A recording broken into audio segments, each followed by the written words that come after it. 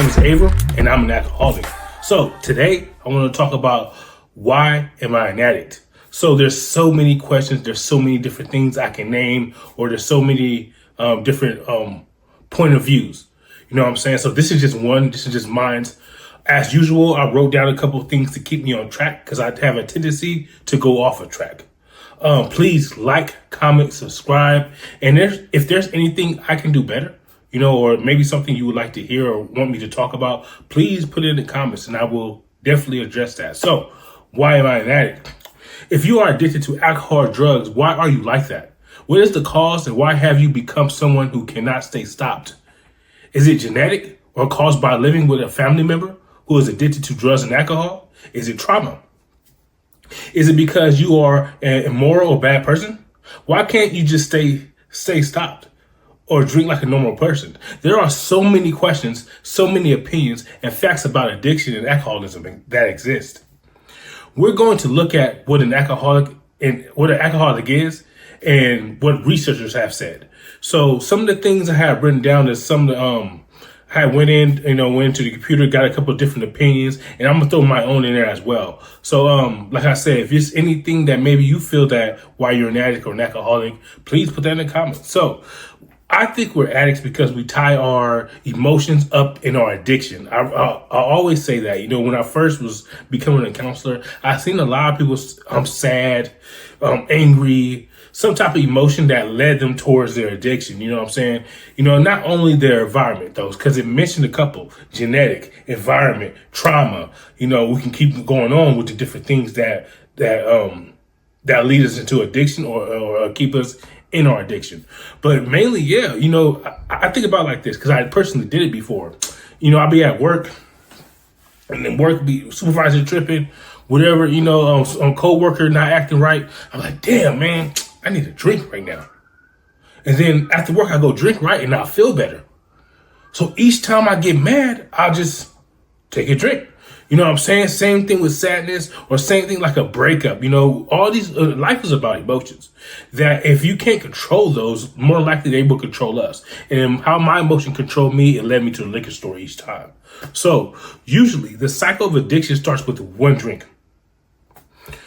We go on a spree or often and the consequence will sober us up.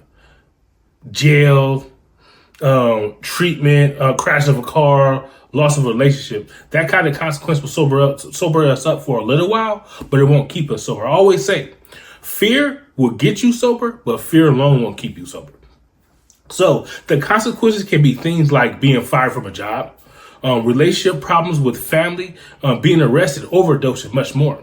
We see how we hurt others and what our life has become. We emerge remorseful and have a strong resolution to never drink again. See, that's that fear I'm talking about. Man, I'm not going to do this no more. Last night, I beat up my friend or my friend beat me up. I punched my mother. I hit my father. I heard all type of different wild stories behind the alcohol or addiction, right? So that right there will get us sober, get us into treatment, or maybe we'll put it down for a couple of days, but it won't keep us sober. So we got to find something to keep us sober support. See, I need somebody to lean on and talk about all those tragic things that happened in my life and how I can get past it. Because what I'm doing, I'm just circling it in my mind. All these things I've done, where I did to my life, is never gonna lead me out of it. It's gonna leave me in it because it's a circle of addiction. So we emerge remorseful and have a strong resolution to never drink again, right? So some of us can even stitch a few months of dry time together. But what happens? We eventually drink and use again. But why? See, in the statistics and treatment centers, that our bodies, once we're out of the woods, for say, let me say this, I'll forget how bad it was. See, we have things that we say play the tape back, right? But it's hard for me to play the tape back when I'm in my addiction and I'm still mentally twisted. So I'm away from it. I'm dry, but I'm still mentally twisted. See, when you get involved in a fellowship that I'm involved in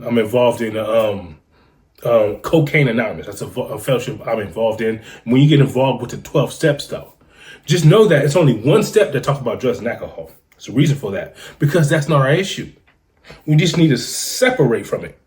Separate from drugs and alcohol long enough to get the information we need to continue to stay sober. See, if I'm in my addiction, I'm drinking, and I'm hitting the weed, I'm hitting, needle in my arm, smoking some dope, whatever the situation, I can't accept no information that a person to give me. And even if I do accept it, I won't utilize it.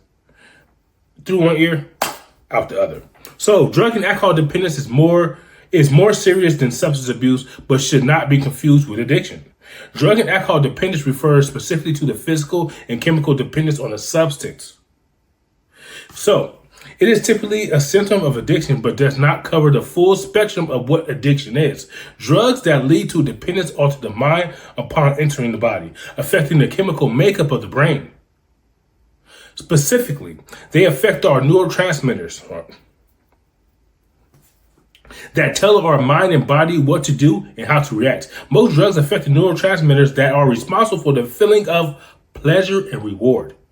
So, such as dopamine and serotonin. Ultimately, if something triggers these pleasure centers, our minds and bodies look for ways to recreate that effect. When we use substance to achieve those feelings, our brain also looks for ways to create some semblance of balance. So even when you're sober, your brain is looking for a way to get that high again. So that could be shopping, gambling, sex, food, a lot of different things, anything that make you feel good. That's why if you look at a lot of people that are sober, including myself, they get bigger. We start to eat more because sometimes we'll put our addiction even in food for comfort. I did it. I personally try to lose 25 pounds right now. So, when it comes to sugar and when it comes to alcohol, well, they got in common. Well, alcohol is mainly made out of sugar. So when I stop drinking, I don't wonder why I'm eating a box of Ho-Ho and Twinkies every night. Oh, I have an issue. So I realize I'm turning my addiction to something else. Now, shopping, we understand that. Sex, for sure. Anything that makes me feel good, I want more of it. So we release that dopamine and serotonin every time I get high and drunk. The same thing releases when I buy some shoes, when I go gambling. And it's not even the gambling to win itself. It's when I hit that machine, that's what I'm addicted to. The sound of, I think I'm about to win this time. Scratchers, whatever it is. So honestly, we're dopamine serotonin addicts. Because that is what makes us feel good. When we drink, that's what releases in our mind. We get the, ooh, I feel good feeling, right? So as a result, the brain may cause transmitting, absorbing, or even creating those neurotransmitters when the latter occurs. We often begin talking about tolerance, meaning that the body is getting used to a substance and requiring more of it to achieve the desired effect. Let me tell you about that. See, I used to be able to just drink a little bit of liquor, like drink a beer, and beer was fine.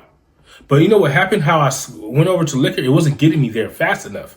I needed more of it. So you know what I did? I started to take a lot of dollar shots, and I went from a 32 ounce to a 24 ounce to even a 12 ounce. But as I downgraded, I upgraded how many shots I was buying. So I was buying $4 or $5 shots and chasing it with beer.